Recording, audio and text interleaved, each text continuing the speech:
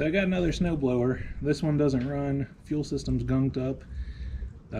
This one I actually think I'm going to have to clean the carburetor on it. I'll show you what it does.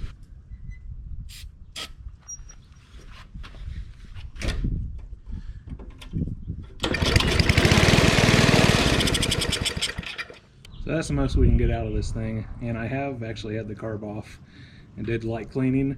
This one's going to need some deep cleaning.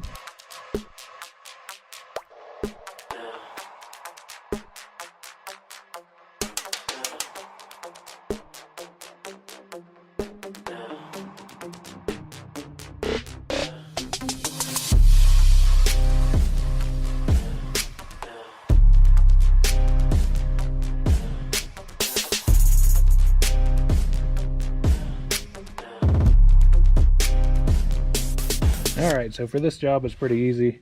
We're going to disconnect the carburetor by taking off these two nuts here, and we're going to pull off the fuel hose. Should just need pliers to remove the hose clamp and the hose, and 2 7/16 wrenches.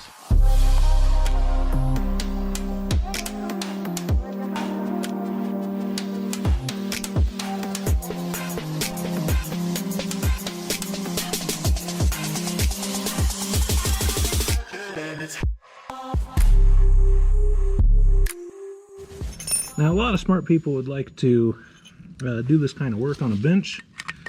I'm doing it on my driveway. First, we're going to take off this bottom main jet. I got that loosened up, but I am going to unscrew the jet. This is also going to allow us to remove the bowl from the carburetor. And we're going to remove as many of the rubber seals as we can, because I'm going to put this in carburetor cleaner, and I don't want those to be in the carburetor cleaner because it could cause them to disintegrate. Next, to take the float off, you're just going to grab this piece here, pull it out, which is kind of like the hinge.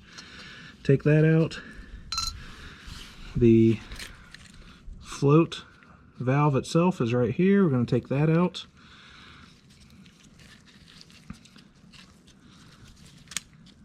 Aside from that, that's basically it. If you did want to get more thorough, you could actually use a screwdriver and remove the little butterfly plates in there, in here as well. I'm not going to do that. This is a brand new can, and you're going to open it just like a can of paint.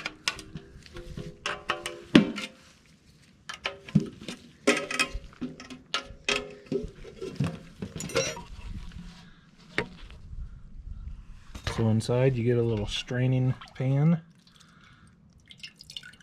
and that's what we're going to put our parts inside of. Just put in everything you want to get cleaned. I am going to remove this other jet here before I put it in. That way we can soak those passages as well. On this particular carburetor, I think that that's it. I don't think there's anything else on here that I'm going to remove. So put that in. I'm going to put all the pieces in, as long as they aren't rubber seals or anything.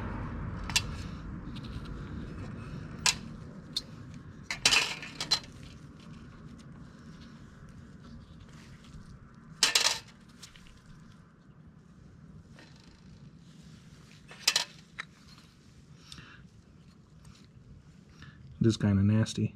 So we're going to keep our rubber seals to the side, and we're going to dunk this in there.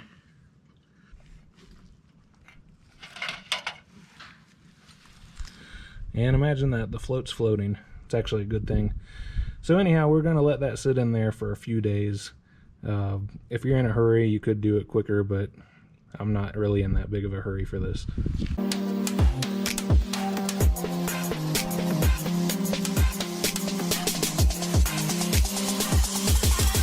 So we've had the parts in the can for 3 days now, and now I'm going to pull them out, lay them out on my towel here, and see how everything looks. Hopefully whatever was stuck in that carb has dissolved.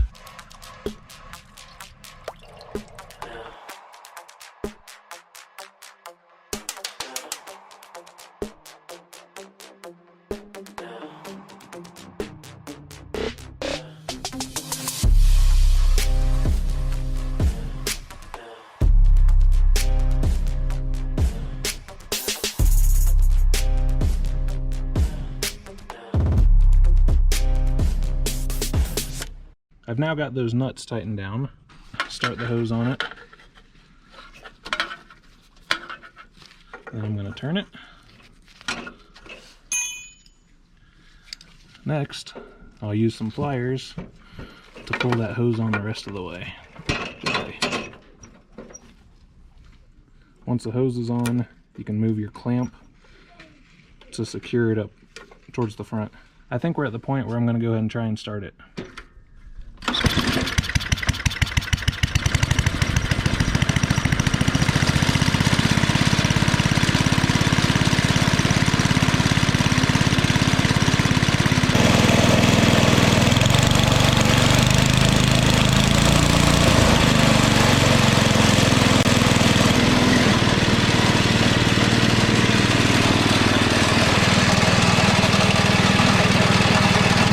So these are things you can do too, which you'll see by watching the video. It's pretty simple. You do have to know what you're doing, that's part of it, so there's an experience factor.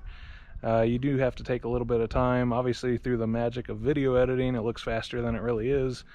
But with some basic tools and the supplies you need, it's not far out of reach for you to do too. This is all stuff that you can easily buy at stores that are probably local to you. So anyhow, thanks for watching.